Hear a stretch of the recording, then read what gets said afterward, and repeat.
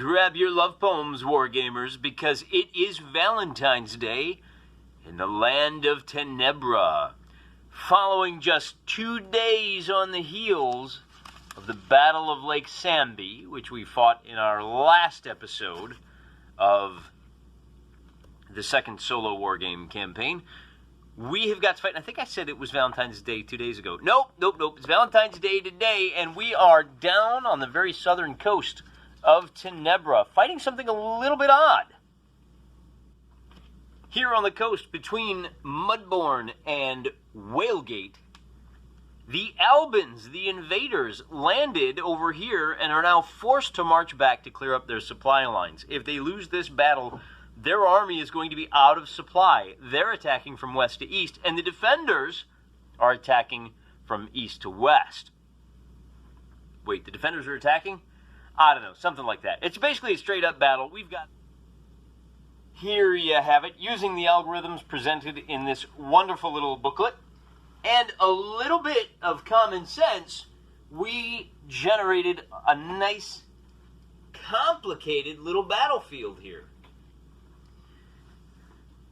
Again, you've got General Typhonis of the Tenebrans, who is trying to secure this line and prevent these guys from breaking through. He wants to envelop and destroy them. They really just want to get out and get through. And both of them, of course, want to do as much damage to the other guy as possible. That map translates into this lovely table full of wargaming terrain. We've got some interesting features here. We've got some heavy woods down here in the southwest corner, a couple of hills running parallel, and just at the mouth of that valley, there's a farm there. I thought it was a village, but the piece I've got has a nice little road running through it. So that's actually a walled farm. And then we've got two sets of light woods here flanking the road as you come down into the little village here. I threw a boat in the water so you can tell it's water. And of course, here is James Lighthouse, named for commenter James L., which gives the battle its name today, on the part of the Albans, who are attacking because they're looking to punch through that way. They were throwing a left hook, and we've got, up on the hills, we've got one headquarters who is trying to be within 6 inches of all his guys. He doesn't quite make it. We'll shift him down just a little bit.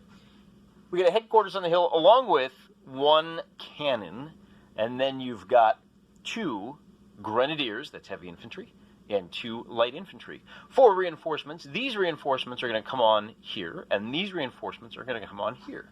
And on this side, you've got light infantry, heavy cavalry, light cavalry coming in on that road.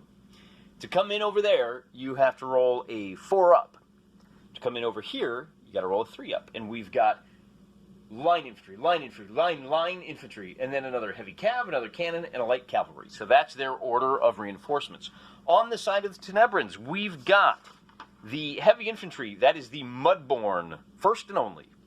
2 artillery take the field, the 1st and 2nd Whalegate, with the headquarters backing them up. And then over here is the 1st and only Whalegate line infantry. As reinforcements, this reinforcement point is right here. It's right where you see it. And you've got the Traversford infantry, and then a light infantry, 2 light cavalry coming on, 2 more line infantry, and then 1 more light cavalry. And down here, the order of reinforcements is going to be heavy infantry, that's the Whalegate, the Mudbourne, 1st and only Grenadiers. You've got an order, 2 regiments of line infantry, the Deep Shore 1st and 2nd, then the Bywood line infantry, and finally the Deep Shore Dragoons, who, when I play this game, all heavy cavalry are cuirassiers, however you pronounce it, and all of my light infantry I'm calling dragoons. So there you have it. These guys are going to go first, and I'm going to kind of speed through the movement. Literally, in this case, we're going to cut our total run time down by about 15 minutes.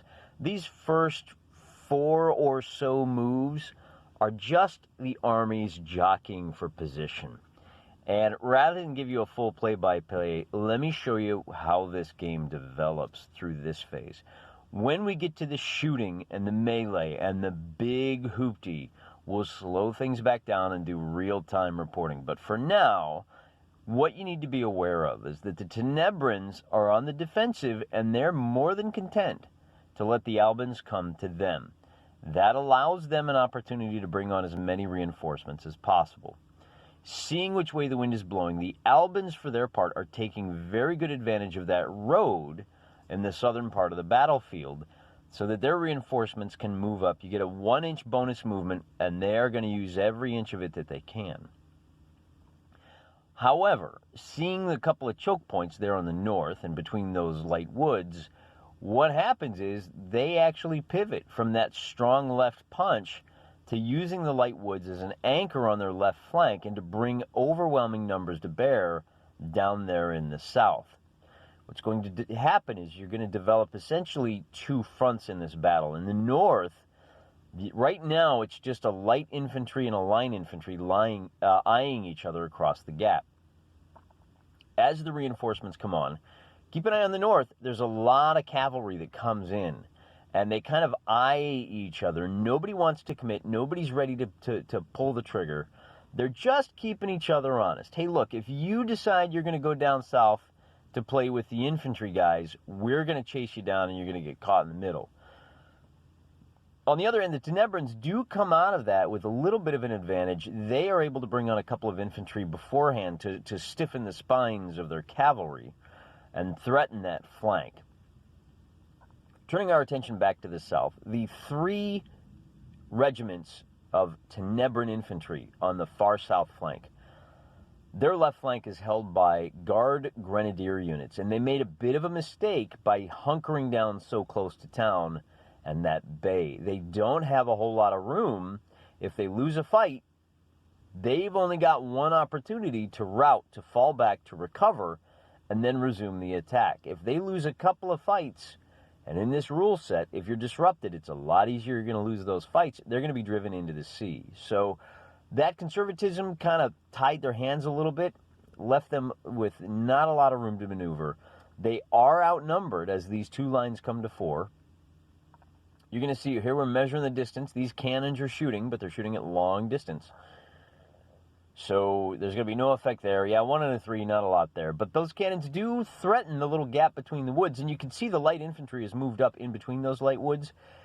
They had thought about securing the northern wood, and they made a dash through the little glen between them into the southern woods to secure that left flank of the Albans. See, here we go. More and more reinforcements coming on up there in the north, but not willing to move. Everybody's content. We'll let the ground pounders have their way and duke it out. And the kind of little slippery there, those light infantry just slipped right through the gap. Prevents the cannon from shooting at each other, but by the time they get in, then nobody's going to dislodge them. They're pretty safe in there. They do threaten, and they make sure that nobody else can come through that little glen. So, it widens the kind of tar pit or roadblock there along that northern road. And here we are, the moments before the calm breaks. A couple of more cannon shots, and the first one has no effect. The Tenebrans get the better of it. They're able to drive that infantry back. See, they're disrupted. That's what the red tag means. You're going to see those throughout the course of the battle. And that's really about all the shooting effect that we have as these guys get lined up. As you can see, there's numerical superiority for the Tenebrans up there in the north now. The Albans are going to begin to lose their nerve. A little bit of jockeying for position. Let's see if we can turn that flank a little bit. But everybody's being kept honest here. That light infantry in the woods is going to keep those guys from fully committing. That cannon there means they're going to be able to do some damage. And I'm not sure what that 6 is. If I recall correctly, yep, he's disrupted, and they're going to have to back up. They technically should have run off 3 inches. We'll put a turn marker down so we remember where we're at. And a couple of reinforcements coming up the back. The unit you see, we brought these guys up. They're still planning on sweeping around to get into the backfield. 1 unit in reserve. Everybody is now advanced to melee. It is rally time. So they are within 6 inches. So for rallying, they are guards. They get a +1. And that's it. They need to roll a 4 up to rally. So they do. comes off. So they missed their movement. That's what that cannon did. Drove them off. And then we do player 2, Rudy Tooty, fresh and shooty. And they're going to have to take another shot at that guy. He's now at long range. So we roll a 3 is no effect. And I think that's it. Yep. Then we have to resolve all of this melee. Line on guards, line on guards, line on guards. Let's do those 3 first. All of the combats should be the same. The guard units, now I'm going to roll these dice. These are black, this is white. See the difference in the color of the units? So this is always going to be the Tenebrans, this will always be the Albans. Oh look, the boys in black and the boys in white. The guards are going to get a +1. And that's it. You know, I might have wanted to pull up short and fire at him. Tell me if you think that would have been a smarter play. As it is, it's going to be the black die +1, and we'll see what the difference is. So a difference of 1 means the loser routes. Okay. And, you know, I probably should... That's a bad scene, man. On a 1 or a 2, they're eliminated. Nope. These Tenebrans have a lot of faith in their guards, don't they? If they... Whew. The unit moves directly to its rear. What do we got here? Loser routes, optional follow-up. Yeah, we're going to follow up. What, are you kidding? If we can win 1 more of those, we'll drive him into the sea. This next one, again, the black die is at +1. So we get a 5 and a 3. A difference of 2. Again, it's a route. So they move back to here, and they are well, on a 1 or a 2, they're eliminated. Nope. So those line infantry stop there. And then here, a difference of 3+ means the loser is destroyed with an optional follow-up. So that is the first kill. And they're not going to follow up. Now we're going to be rolling some even Stevens. This is a straight-up D6 roll. And a difference of 1 is loser routes. 1, 2, 3. Yeah, we'll follow up. Maybe we can drive them back far enough to take that. Maybe the Tenebrans can drive them back far enough to take out that headquarters.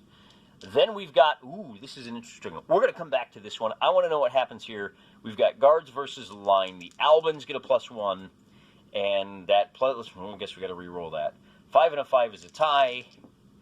And a 5 and a 1 means that Tenebran line is routed with an optional follow-up. So they get pushed back to here. They are disrupted. And I think we do want to follow up with our guards.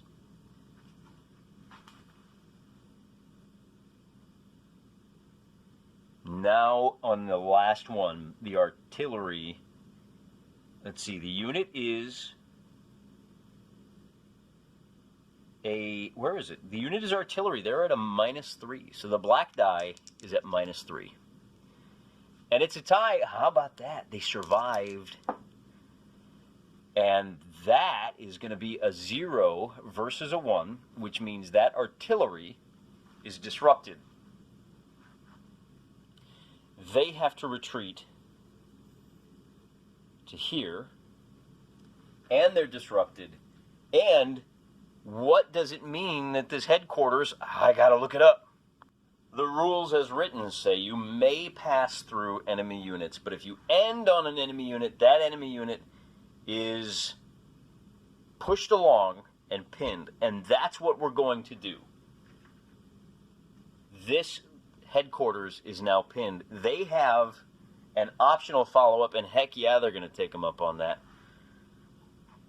So after all the shooting is said and done, no, I didn't do a shooting up here yet. This cannon right there, he's got 1 shot, and it's a flank attack, which is going to negate the distant attack. So it's just a straight D6 to see what happens, and a 1 is nothing, but you got to try. You know what I mean? Know what I'm saying? All right, that is the end of Player 1 Melee. Player 2, Dice's Reinforcements, and they do have some to come on. They have a down in this area, they've got a line infantry waiting to come on, and they will. And they're going to move up 3 inches to there. And then they also have a light cavalry who is not going to come on. How unfortunate. Then we are going to do some movement. We'll bring them to contact. We will pivot and move 3 inches to there. We'll move 3 inches to there. Actually, we're going to only move these guys up a little bit. And that's it for now over there. We will... player 2 is moving, and then they're going to rally. So what do we got? What do we want to do with this guy? Oh, man. I think we got to leave him there. He's he's in a little bit of trouble, ain't he? Who else do we have that can move? He can move. All right, we got these guys can pivot, and they are 3 inches away from this unit and this unit. And I think they're the best. What do we do? Do we want to save these guys or these guys? We can only pick one.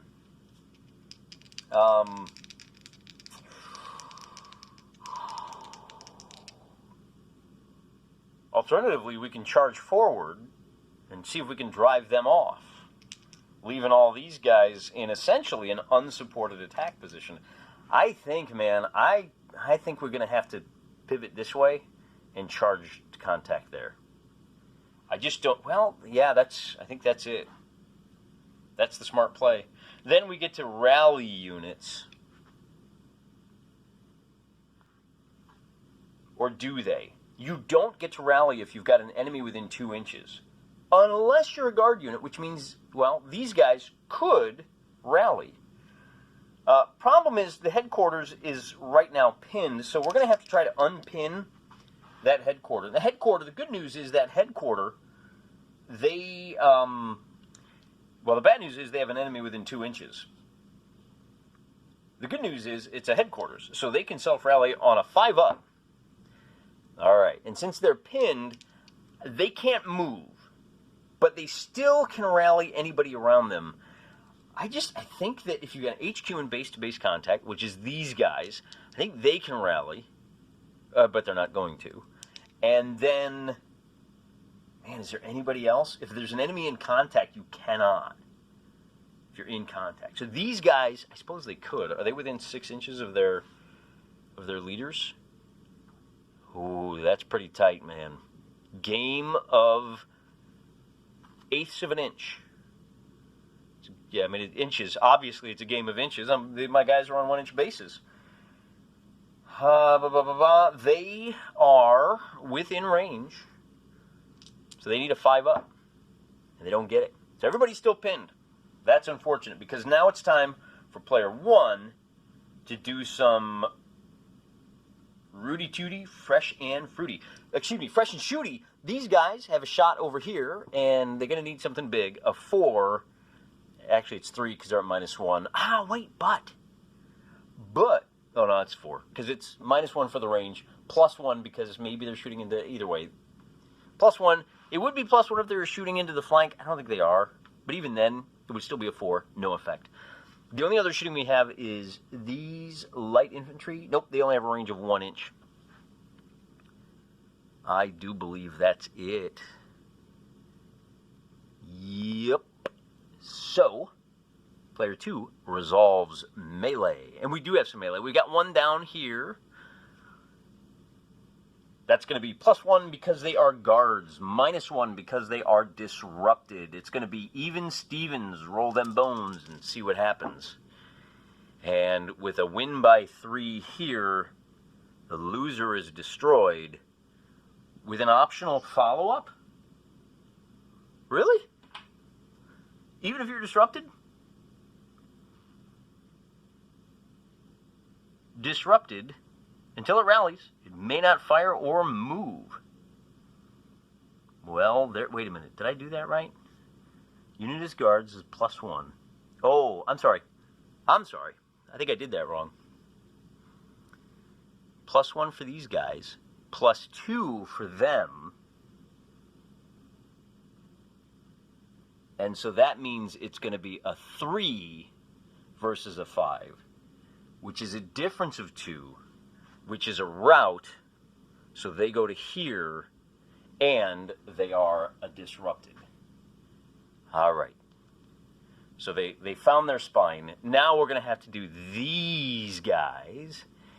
And in this case, it's going to be +3 for these guards and plus nothing for those guys. Yep. So the black die is at +3, and they still lose. That difference of 1 means that they got to go back, and they are now disrupted. And they, well, guards can rally. Let's go ahead. We're going to leave them there. Then we've got a straight up fight here. Wait a minute. I feel like there should be somebody disrupted there or pinned or something. I feel like I did something wrong there. Well, now we have the same situation where with a 2 difference, the loser routes, and we're going to give this headquarters the same benefit of the doubt we gave the other one. We're going to drop him back. We're going to call him pinned. And I guess we'll follow up. I guess. Do we want to? I don't think we do in this case, because we don't want to leave ourselves vulnerable to that guy. Then we've got a combat down here. And so we'll start with this guy. We got a guard unit at +1. And they are in unit with more than 1, so that's +3. And I think that's it. So, the black die is a +3. It's a tie. On a tie, re-roll. So an 8 versus a 6, that is going to be a difference of 2. They have to route away from the attacker, which is going to put them over here. And they are going to be disrupted. So these guards will now... Oh, man, they're just plowing through this line, aren't they? Which is good. They're helping out this line unit, who is now fighting these guys. Our attacker... Wait, who's our attacker? It's been so long I forgot whose turn it is. That might have been important. This is my attacker here, and he's going to go ahead and attack this guy. Attacker is... the enemy is disrupted, so that's going to be at a +2. I think that's it. The white die is at a +2. No, +3 actually. So that 8 is going to destroy that difference of 5. It's going to destroy these guys. And they're going to get to make a subsequent move of 3 inches as they follow up. So simultaneous combat, essentially what happened is they drove forward as these guys were chasing these guys off. So, man, what a cluster we got going down here, huh? Are there any more melees? I think that's all of them.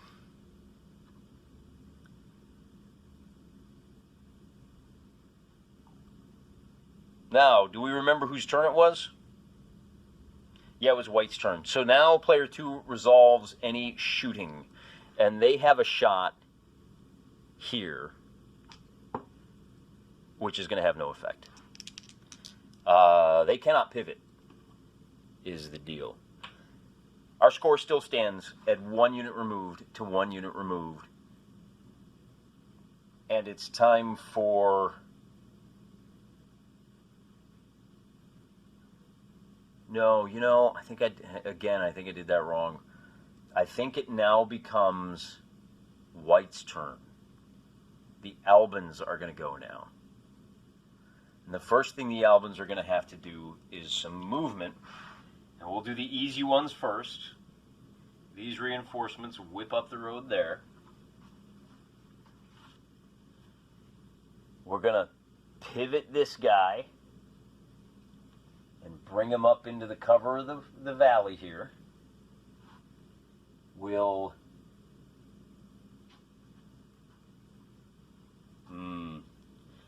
It'd be nice if we had some more cavalry around here to start messing with all these disrupted units. These guys can move 4 inches. They're going to get stuck right there. We're going to refuse this flank altogether. Bye, guys. Oh, actually, they can move 5 inches, can't they? Which means they can get to there. Yeah, I love it. That's even better. We're going to pivot these guys and move to contact this headquarters.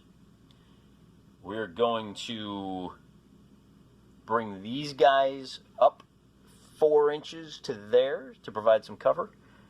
Heavy cavalry can move 1, 2, 3, 4 inches. And I think that's... Oh, nope. We're going to go ahead and bring these guys... We'll bring them up 3 inches to there. We're still going after them. That's it for their movement. They don't have any more reinforcements. So now it is time for player 1 rallies units. All right, Albans. Let's see. First, we got to start with that headquarters.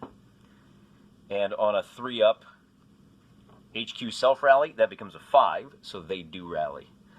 They get an extra +1 because they're connected to that headquarters. So a 6-up, they're rallied. And then everybody within 6 inches, so they are out of range. The only other guys that are close enough to rally are these guys here. And they're going to do it. So that's what things look like after the Alban shooting or movement phase. Now player 2 gets to do some shooting. And I don't think... Yeah, they got this shot here. Oh. Okay. Which is going to be at a +1 for short range. So 4 is no effect. Anybody else? Oh, we should have brought these guys out too. Oh my gosh. Oh man, what are you guys doing just hanging out in there? You should have come up and caused some trouble. The Albans, do they have any other shooting? It does not look like they do. So now, player 1, I'm sorry, the Tenebrans had no more shooting.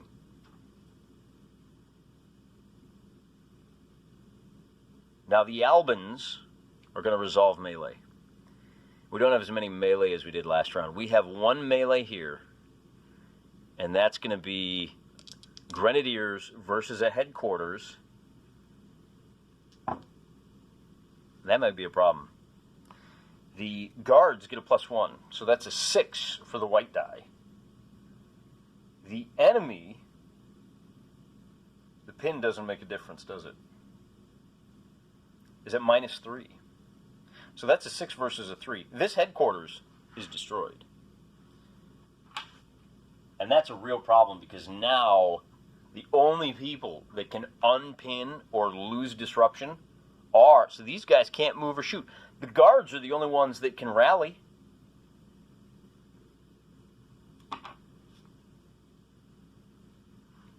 Any other melees? That's it. And then, oh, they have an optional follow-up. Kablam. They're going to follow up to there. Oh, here we go. If you contact another enemy, you roll again. So that guard is at +1. And that's it. That is it. There's nothing for flank attacks. Because these guys are going to turn to face. And it's going to be +1 to the white die. It's going to be 6 versus 6. It's going to be 4 versus 4. It's going to be 2 versus 3. That difference of 1 means these guys are going to be routed to there. They're going to be disrupted. And they're going to, heck yeah, they're going to follow up. We got you on the run. and we're pushing you this way. Oh boy, now those cavalry are in. This is going to be very interesting because those cavalry have a straight shot. That's it for Alban melee. Now it's time for the Tenebran moving units, dicing for reinforcements. They've only got one, and it absolutely comes on right here, and it absolutely charges into there. Oh, baby. Let me spin the camera a bit here. I missed it. I got one more reinforcement over here. I got one more set of light cavalry that's going to come in right here and move their full 5 inches down this way. Oh, by the way, it's turn number 6. The score stands at 2 for the Albans, or 2 casualties. The Tenebrans have taken 2 casualties. The Albans have only taken 1. We are still in the Tenebran movement phase, and we got to be real careful how we do this. There's a lot, the Tenebrans are actually not in terrible shape. We're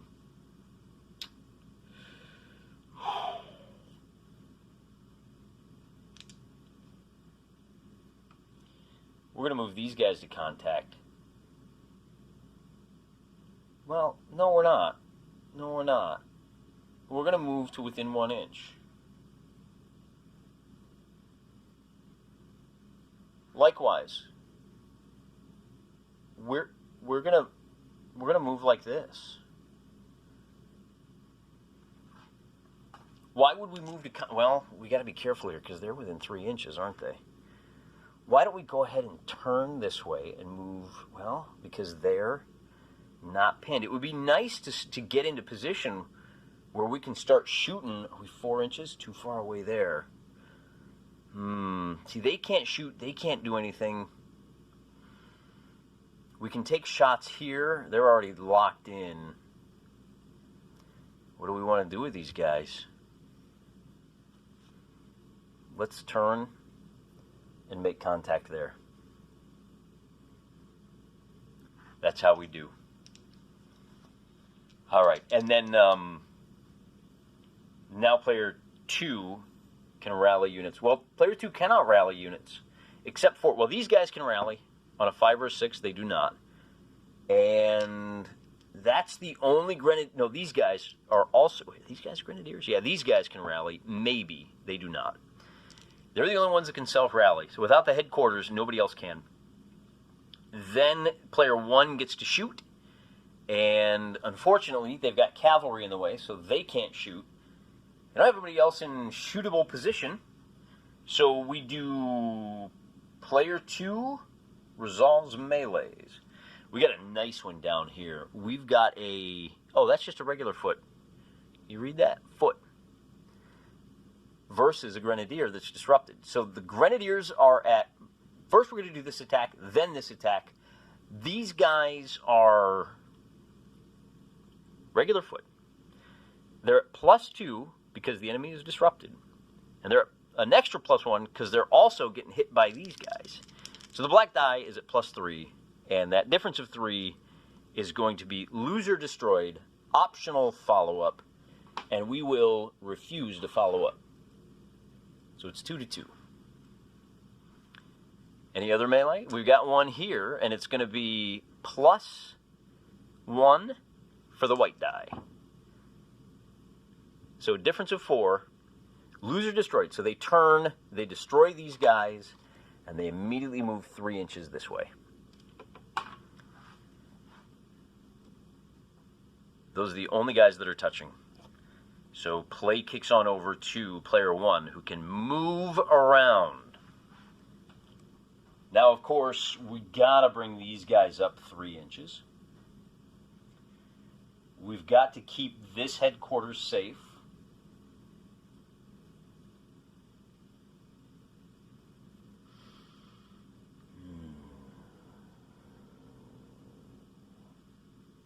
We can knock out one more unit. We're going to advance to here. And we're going to advance to here. And we're going to take 2 shots at this guy. We're going to spin him around to secure this flank.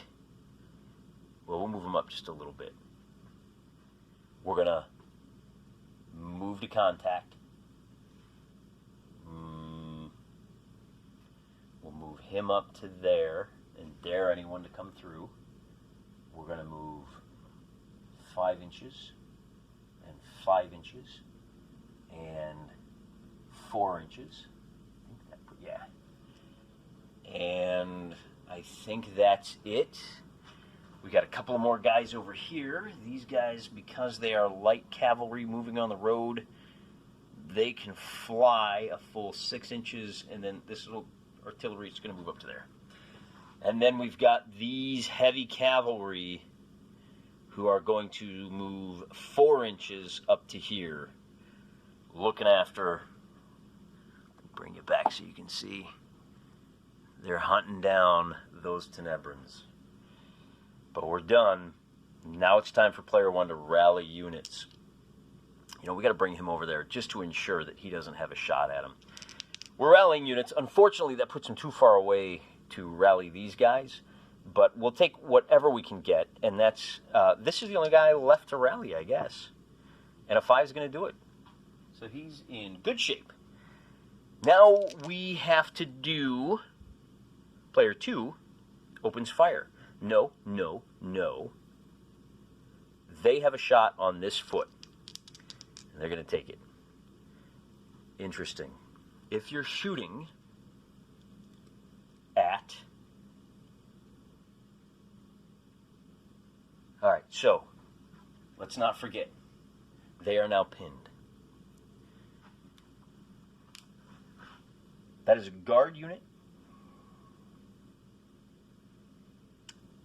Target is... Oh, guard unit doesn't get any bonuses. Target is fired on flank. So you get a +1 because they're turned around, facing the wrong way. So that's a 7. That is a target routes. So they are disrupted to here. But they're already disrupted. Target is disrupted is an extra +1. Oh, so it's actually +2. They're destroyed. That becomes an 8. And the score is now 3-3. And I believe there's nobody else that can fire. No. They have a shot right there. That is an artillery firing at long range. And they are firing at cavalry, so they are at +1. And a 4 will get them nothing. Then player 1 resolves melee. And they don't have any melee this turn. Maybe next time. No, they do. They've got one right there. They've got a light cavalry charging at a disrupted unit.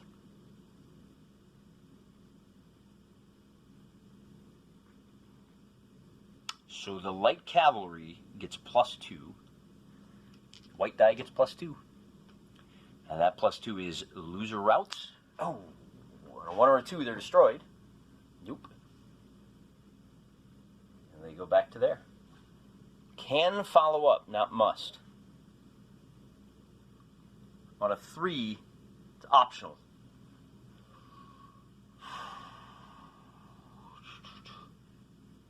Yeah, let's... we're not going to do it. No, we're not going to do it.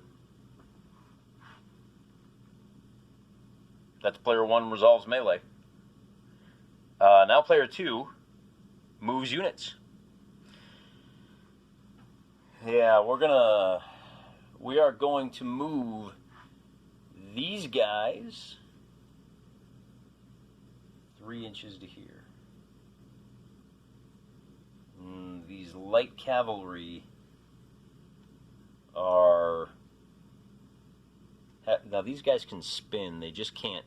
They can spin and fire, they just can't move.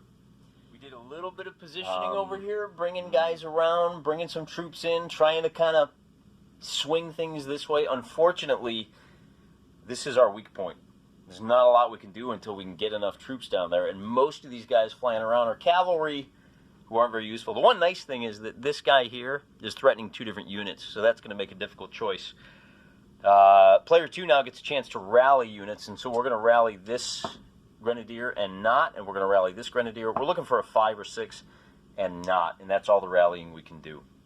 So now it's time for player 1 to do some shooting, and we've got 2 units here that are in good position. I'm going to drop my pin markers down first. Well, we'll fire this guy first, and a 2 is no effect, and then here we're going to roll, and a 4. Do we have any? Now the target is disrupted, so that's a +1. That's a 5. The target becomes pinned. He's already pinned. Oh, that's first volley. That becomes a 6. The target is disrupted. That's going to drive him back another 3 inches. And we've got a cannon here that can fire there. It's a close range. That's going to be no effect. And then I think that's it. We got nobody else that can shoot. Then it's going to be player 2 resolves melee, but we don't have any melee anymore. So we go back to player 1, who's going to make some moves. And we're going to go ahead and go... Oh, they only move 3 inches to there. Well, this heavy cavalry is going to move to contact. Kablam. And then these guys will move 3 inches to there. We'll bring you 3 inches to there. We're going to bring our headquarters over here. Still looking to stay safe. I think these guys are going to go ahead and just come around this side. This artillery. Hey guys, don't start the war without me. Too late. We're going to bring... We're going to bring these guys to contact. Or should we just shoot? No, they're at +3. You got to move to contact. These guards... Oh, I forgot to roll for these guards. They can unpin. They did unpin, which means we're gonna move to contact like that, and then we'll do cavalry on cavalry. We will bring these guys 5 inches. These are all light cavalry, so they're going to come around this side as well. This is heavy cavalry. We're going to get them 3 inches away. We're just going to bring them far enough away that if they try to get stuck in, we can do something. We'll swing these guys around. They can cause some havoc on these guys as they come down the road and maybe protect. I don't know. At this point, the smart play might be get those cannons out of there.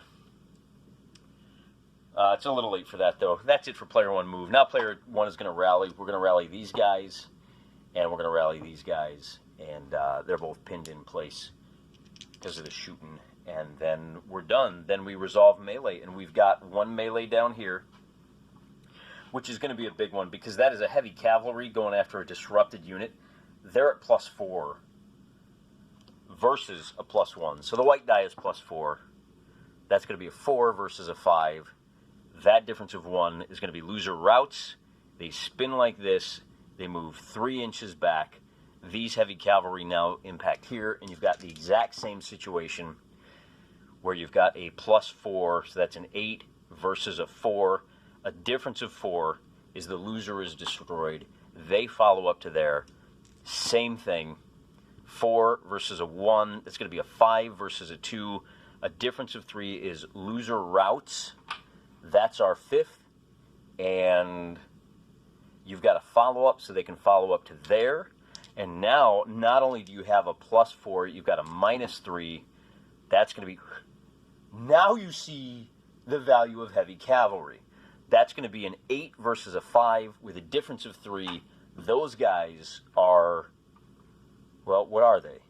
They are... No, I'm sorry. That's an 8 versus a -1. They're destroyed. You can follow up. Kablam.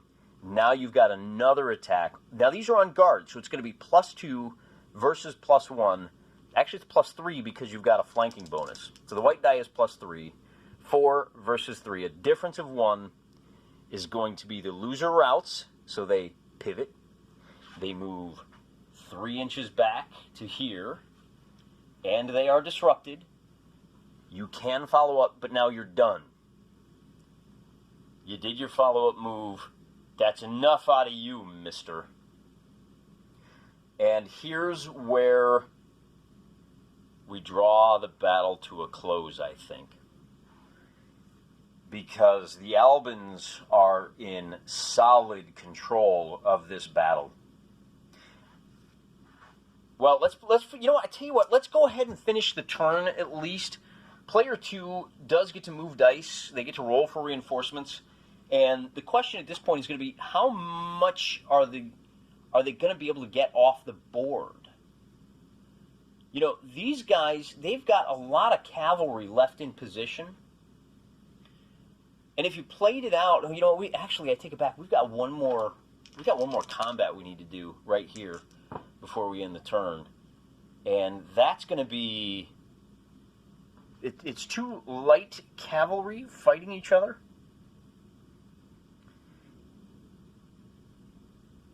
And I think that's it, man. I think it's a straight roll. So I think that is a loser routes 3 inches into the woods. I think these guys are destroyed. Loser routes. What happens if you route into the woods?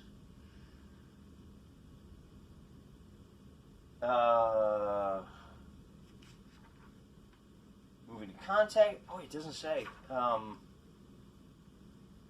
Resolving shooting. What about melee? You follow up. HQ's destroyed units, full battle. It doesn't say here. It would make sense, though. No, it's 1 full move directly away. And they can't move through those woods. So they're destroyed. And then we've got a optional follow-up on that difference of 2. Which they're not going to do, because that would put them in the woods as well. And so at the end of that turn, then we do player 2 moves, dices for reinforcements. They don't have any reinforcements. Okay, so we're gonna hold it right here. The Tenebrins are striking the colors. They've had enough. And they've got a pretty good chunk of cavalry left here to kind of screen their defeat. What we're going to do is we're going to find out whether these guys were disrupted or not, whether they were destroyed. Now, they ended disrupted. These guys were kind of locked in battle. They're a guard unit. So what I'm going to do is I'm going to roll a d6. And on a 1, we're going to classify them as destroyed. Okay, so those guys wind up destroyed. These guys, who else do we have over here? Everybody else is kind of screened by cavalry or infantry. You know, they're kind of pinned, but if these guys pull back this way, the survivors are all right here. They're in a pretty good position to pull back to the north as these guys sweep through. So at the end of the battle, what we're looking at is 4 casualties on the part of the Albans. And I'll have to go back through and watch the video a couple of times to figure out who these 4 casualties are. I know it's a light cavalry, a grenadier, and 2 line infantry. So that's the casualties on that side. The Tenebrins, however, really took it on the chin. They lost, and then the pinned guys, they're just going to drop and take a nap. But the Tenebrins really took a beating on this one because they lost 1 artillery, 3 guard units, 2 line, and the big one is old General... Who was the general for them in this case? General Irwin here was lost, or he was driven from the field of battle, and that really made a big difference. I think General Irwin probably saw the writing on the wall. He knew his troops didn't get their Wheaties, and so he was kind of driven from the field of battle. General Typhonis, the brilliant man that kind of came in... Oh, no, I got it backwards. This is General Typhonis. General Typhonis is the guy that cut off the retreat. General Irwin is over... Where are you, General Irwin? Here you are. General Irwin is the guy that was able to force the army back through. So what we're going to do is send these guys up, and because they're on the move, I don't think they're going to be taking a whole lot of prisoners. What they may do is leave the prisoners behind, and we may make them permanent casualties, quote, casualties, as they provide their, what is it called? Not ransom. They basically sign a document saying, look, we're not going to fight against you anymore in this campaign. Just leave us here. We're out of the fight. Do what you got to do. That's a lot of casualties to have to do that for. But the other thing is the survivors here, General Typhonis, as he marches north, I think maybe, he's going to head north for the capital, or at least send messengers and maybe lick his wounds somewhere on the road between, sorry, my fake geography isn't great right now. Somewhere between Whalegate and Grand Point, or maybe he circles back around and retreats to Mudbourne, because these guys are headed for Whalegate. At any rate, what a fun little battle. That was great. I'm telling you, the dice love you. You just have to trust them. They'll give you some fun stuff. We got a really unique situation here where, you had some hard edges. I got to use a little bit of my new... I probably should have cut a piece of yarn to bring this stream up a little bit further. But, who knows? Live and learn. We'll do that next time. And once again, we have a campaign where the battle in the north was the opposite of the battle in the south. But I think this time we have a much better idea about what can happen. Because looking at the campaign map, what this means is that the White Queen's forces are going to be able to invest Whalegate. Right? So here's the situation, how it stands. You have an Alban force that got mauled up here, but was successful down in here. So they may go down here and take Whalegate. And what we may see happen is that Whalegate changes hands. And the new frontier is right here. The question is, if the remnants of this force are headed north and the remnants of this force are headed that way, what do these guys do? Do the Tenebrans here come down to rescue Whalegate from the siege? Only time will tell. Thanks for watching. Thanks for being a part of the channel. You're the reason I do this. I hope you'll tune in for the next chapter of this Southern solo Wargames campaign. Until the next episode, remember guys, I'm praying for you.